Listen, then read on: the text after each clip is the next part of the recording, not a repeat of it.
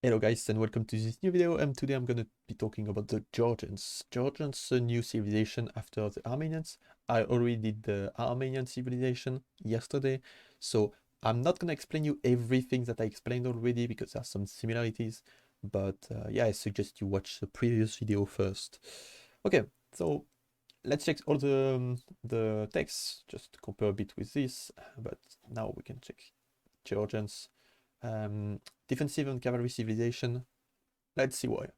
Start with a mule card, but minus 50 food. So this is going to be interesting. You're going to be lacking a bit of food on Leaf Dark Age, so you're going to need more villages and food, but you will have no idle TC, so that's okay. And you have a free mule. So in the end, you lose 50 resources, but you have this for free. So that costs 70 resources. 70 resources, 120 resources. So in the end, you save 70 resources. So that's help for the start. Yeah, that's gonna help for the start, definitely. Fortified churches provide villagers in the entire radius with plus 10% work rate. So what does it mean? It means your villagers will be more efficient, taking resources faster around the fortified church. And the fortified church is going to give you a lot. We can check maybe. Oh, fuck, I forgot to put it in Castle Age. So let's put it in Castle Age. Starting age, Castle Age. And resources, infinite. And yeah, let's load it as well. So I'm going to show you how it works. Ages. Okay, now to show you better, I'm going to do this graphics interface. Okay, so now we will see it. So you see this square. Inside this square, the villagers are going to be more efficient. So this is really strong. Like my farm here is 10% more efficient. Or my wood line would be 10% more efficient. So yes, this is really strong. Let's check the other bonuses. So this is one of the it's going to be one of the best eco in the game, because you need fortified churches anyway to defend your base. That's going to be how you're going to play this sieve, with defensive buildings, with different fortified churches, and yeah, then you're going to make a lot of them, and all your eco will be covered by this defense, by this building defending you, and all your eco will be more efficient. Units and building receive minus 15% damage when fighting from higher elevation. So this is similar to the Tatar bonus, but instead of doing more damage on heals, you take less damage. So for the with the buildings and the villagers and the units. So this is quite good. You're gonna win a lot of fights because of that, and this is really, really interesting. Cavalry regenerates 5 HP per minute in Feudal, 10 in Castle Age, 15 in Imperial Age. This is a really strong bonus, guys. First thing, the first card fighting the opponent's card will be winning all the time because of the healing. So you'll be healing, you can fight, go back, fight and go back. Try to save your units as much as possible, and you don't even have to heal them with monks. So this is really interesting. Make sure you go back with the low HP units. So yeah, playing scouts will be a good idea for sure. Playing Lycav raiding as well, because Lycav are fast and you can get away with them more than knights. So this is going to be really interesting to play with it, and I think it's going to be a sieve to play. So I will explain that more at the end of the video, but I think you're going to play like some raiding, but playing towards your eco, with some raiding, just some raiding, and getting ahead in eco with your church. That provides you more eco, and yeah, this is interesting because it's easy to defend with some church in your base, and just raiding with some Lycav. So I would see a scout into anything in Feudal Age to defend yourself, just wall or skirms against archers, just adding some spears against the scouts, just going to Castle Age and raiding with Lycav, so more scouts on the way. I could see it being a good play with this sieve. Yeah, I could see it being really strong, honestly. Okay, now cavalry. Okay, we talked about the cavalry regenerating HP. And good thing is our unique unit is a cavalry unit. So let's check. This is gonna be easily one of the best unit in the game, at least in Castle Age. That could honestly be the best Castle Age unit, guys. So what does it do? This, let's check the price. It's quite cheap, especially with the eco you're gonna get with this sieve. So you are spending 45 gold, which is same as an archer. So this is quite insane. And look at the stats: 3 melee armor, 2 pierce armor, 12 attack. So it's 2 more attack than the knight, 1 melee armor than the knight. It's 30 less gold than a knight, and in terms of HP, it's just 5 less than a knight. It's insane, right? And that's not it. The more units you have, the more Naspa, like, I don't know how to call it, more Naspa, more Naspe, I don't know, the more of this unit you have, the more they boost themselves. So every 5 of this unit you have next to each other, they get 1 more attack, all of them. So yeah, if you you can end up with 12 plus 8 attack in Castle Age. This is pretty insane, right? I mean, no, not 12 plus 6 attack in Castle Age, my bad. So this is pretty insane. That's a really good stat. So in Imp, they don't get more pierce armor, so they are weak to arrows in Imperial Age, but in Castle Age, they are just insane. And yeah, in Imperial Age, they are still going to be interesting. Really, really interesting. Usually with this sieve, you will get some relics because you open with monasteries, I mean church, that give you more efficiency for your villagers. So you're always going to get some relics. And this unit costing 45 gold is a joke. Saying it's a joke. It's just so strong. Okay. Now, how do you counter this unit? Would be pikes, right? But you have another unit that is going to help with this sieve. You are making monks. You have really good monks with this sieve. You don't have atonement, but in Castle Age you have everything else. Monks will counter the pikes, and that's going to be hard to deal with because you will always have monks with this sieve. What other unit counter them? I talked about it in the previous video. It's a mule cart. Mule cart is costing 20 food, 100 wood, so it's pretty cheap.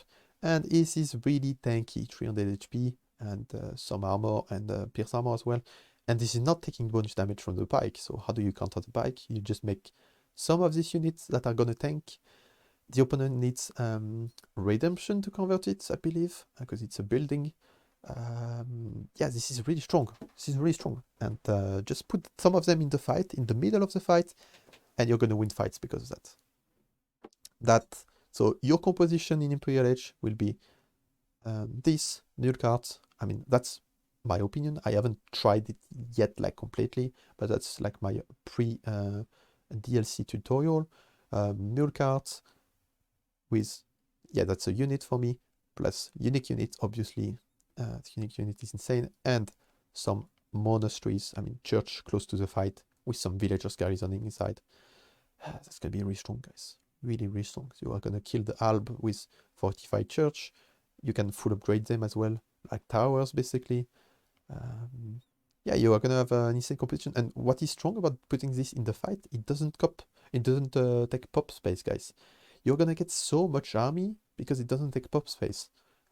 So yeah, you can have like 200 population with villagers and army, plus this taking the damage in the fight in Imperial Age. In Imperial Age, that's gonna be insane. Insane mechanic.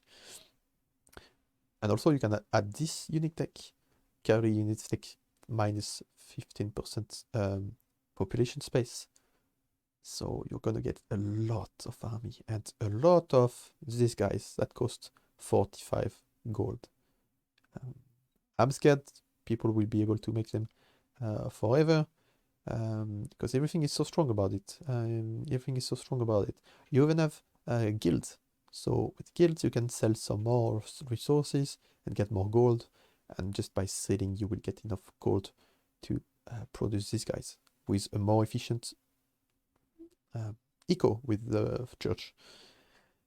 I don't know if you noticed, guys, but all the bonuses are strong for now. All the bonuses are strong. Let's check the Castle Age unique tech. Defending buildings plus 2 attack, towers fire arrows that pierce multiple buildings. So your towers are like scorpions, multiple units, my bad.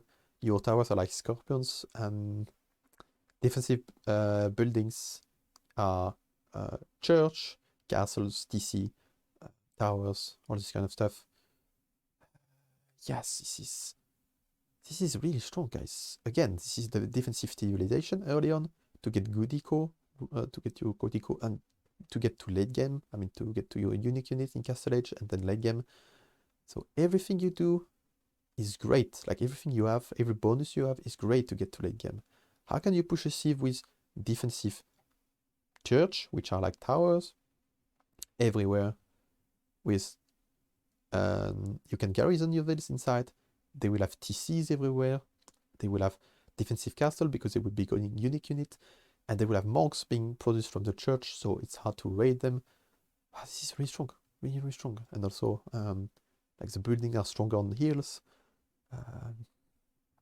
Yeah, I don't know, guys. And also the team bonus, that is insane as well. Maybe one of the best team bonus in the game. Maybe the best team bonus in the game, actually. Building costs 50% fewer resources to repair. What does it mean? Your allies and yourself will need half the resources you usually need to repair any building. So buildings could be TCs. TCs are super expensive to repair. What does that mean? Going douche TC rush is going to be insane on some maps like Chaos Pit, Nomad, or some maps where you can do it to, like in team game. Even in 1v1, this is one of the best TC rush sieve. I think this is the second best TC rush sieve after Persians. So yeah, Persians have twice the HP, but it's twice like less expensive to repair. So it's almost the same bonus to TC rush. Tower rush are going to be strong as well. Trebois are going to be strong as well. You're going to repair your castles for less resources. Everything is going to be super strong, guys. Everything is going to be so strong. Even the church, when you get pushed, you can repair them. It's really cheap. So I'm not scared to say it for now. I think for now it's the best civilization in the game. And it's going to be nerfed for sure. But yeah, for now it's just insane. I don't know what you think about it, guys, but let's just take the tech tree before we are sure it's the best sieve in the game. You got crossbowman, the crossbowman with without summering, but you got bracer, so pretty good. A skirmisher with bracer, you get end cannoneers as well. So skirmisher with bracer is all you need basically. Then you get full upgraded champions. Champions can be a good unit to make sometimes. I mean, depends. I don't think you will need champions with this sieve, but you can do it. A Tsar with insane full deco in Imperial Age. Let's just check. Do they have the last farm upgrade? They have the last farm upgrade as well. Oh my god. So yeah, a Tsar with insane full deco that heals 15 HP per minute, and also take less population space. This is gonna be crazy, guys. They have full upgraded Cavalier, and they have, for close maps, remember they have good eco, but they also have insane siege. They have fully upgraded Alb, champions, but they have the siege as well. Siege Onager, Heavy Scorpion, Siege Ram. Siege Onager is the most important, with Siege Engineer, so that's quite insane. On water, it's not crazy good, but they have what they need in terms of units. And what am I lacking? Monk technologies, quite good, honestly. So yeah, this sieve has everything in my opinion. Good eco, good unit, and something that others like good defense in terms of buildings. It's crazy. So tell me what you think about this sieve, guys, and yeah, I will see you soon. Bye bye.